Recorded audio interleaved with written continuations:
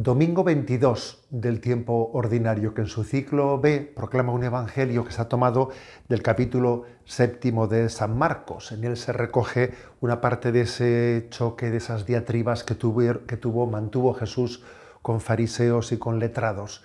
En concreto, en el evangelio de hoy, Jesús llega a decir a aquellos judíos, pues posiblemente la palabra más fuerte que se le podía decir a un judío: el culto que dan a Dios está vacío.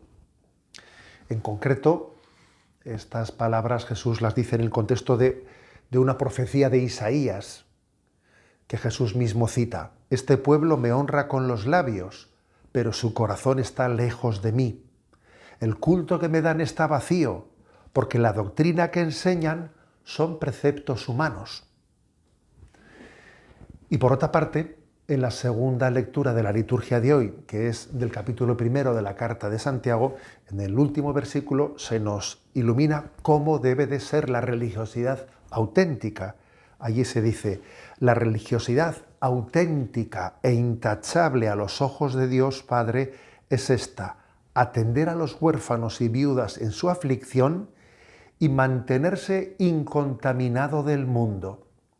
Fijaros, dos claves, ¿no?, para que nuestra religiosidad sea auténtica. Comienzo por lo último: mantenerse incontaminado del mundo, dice. O sea, es decir, no mundanizarse. Recordemos que tres son los enemigos del alma: mundo, demonio y carne.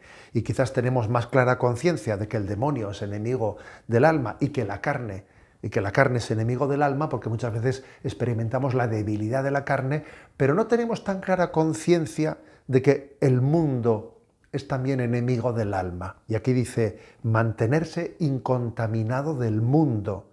Sí, porque existe un gran riesgo de que los valores y antivalores dominantes en el mundo sean los nuestros, sin discernirlos, sin percatarnos, sin darnos cuenta de ello. Fácilmente nos hacemos hijos de este mundo. Era Chesterton, ¿no?, el que decía que el cristianismo nos libera de la esclavitud de ser hijos de este mundo. Somos hijos de Dios, no somos hijos de este mundo.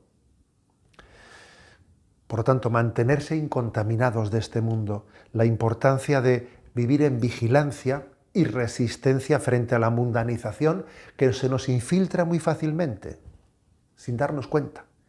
Y para ello tenemos que estar continuamente en esa vigilancia, contrastando nuestro pensamiento, nuestros criterios, nuestra sensibilidad con la revelación de Dios. Recordad ese salmo: lámpara es tu palabra para mis pasos, luz en mi sendero. Por lo tanto, el primer consejo para que nuestra religiosidad sea auténtica: mantenerse incontaminado del mundo. Y en segundo lugar dice: atender a los huérfanos y a las viudas en su aflicción.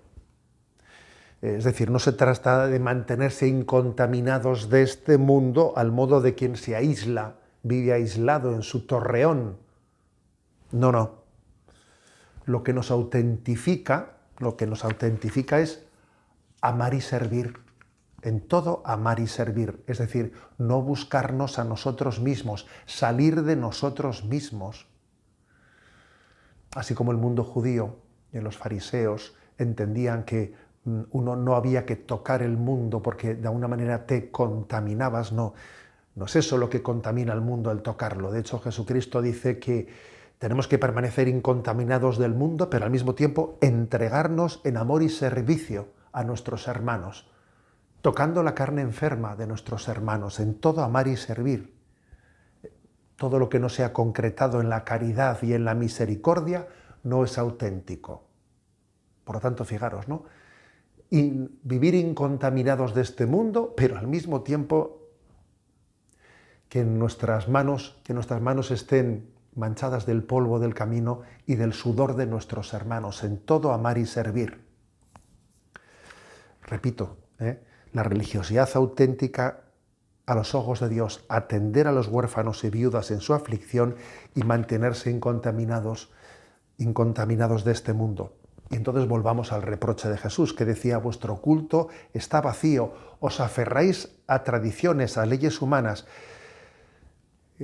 Completamos nuestra reflexión subrayando el riesgo que tenemos de hacer las cosas por inercia, arrastrados meramente por el hábito de nuestra vida, sin autentificar el sentido de lo que hacemos.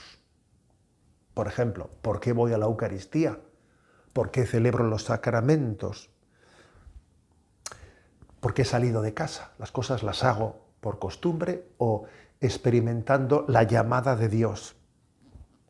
Hay una expresión que dice, ¿no? Tenemos el peligro de hacer las cosas, de poner el piloto automático y dejarnos llevar del piloto automático sin percatarnos de lo que estamos haciendo. Estamos llamados, por lo tanto, a vivir las cosas en autenticidad, a huir de la rutina, a profundizar siempre entre lo que llevamos entre manos. Descubrir el nuevo significado, la nueva perspectiva, hacer las cosas con mayor ilusión, renovar todo lo que hacemos y descubrir que cuando las cosas son hechas por el don de Dios, por la gracia de Dios, siempre son renovadas y nuevas, ¿no? Por eso esa frase de vuestro culto está vacío. Y estos son los 3 grandes consejos de la religiosidad auténtica que agrada a Dios. Primero, no mundanizarnos. Segundo, en todo amar y servir a los heridos y a los olvidados que nos rodean. Y tercero, redescubrir el sentido de nuestras prácticas y tradiciones, revivirlas para que sean vivas a los ojos de Dios. La bendición de Dios Todopoderoso, Padre, Hijo y Espíritu Santo, descienda sobre vosotros.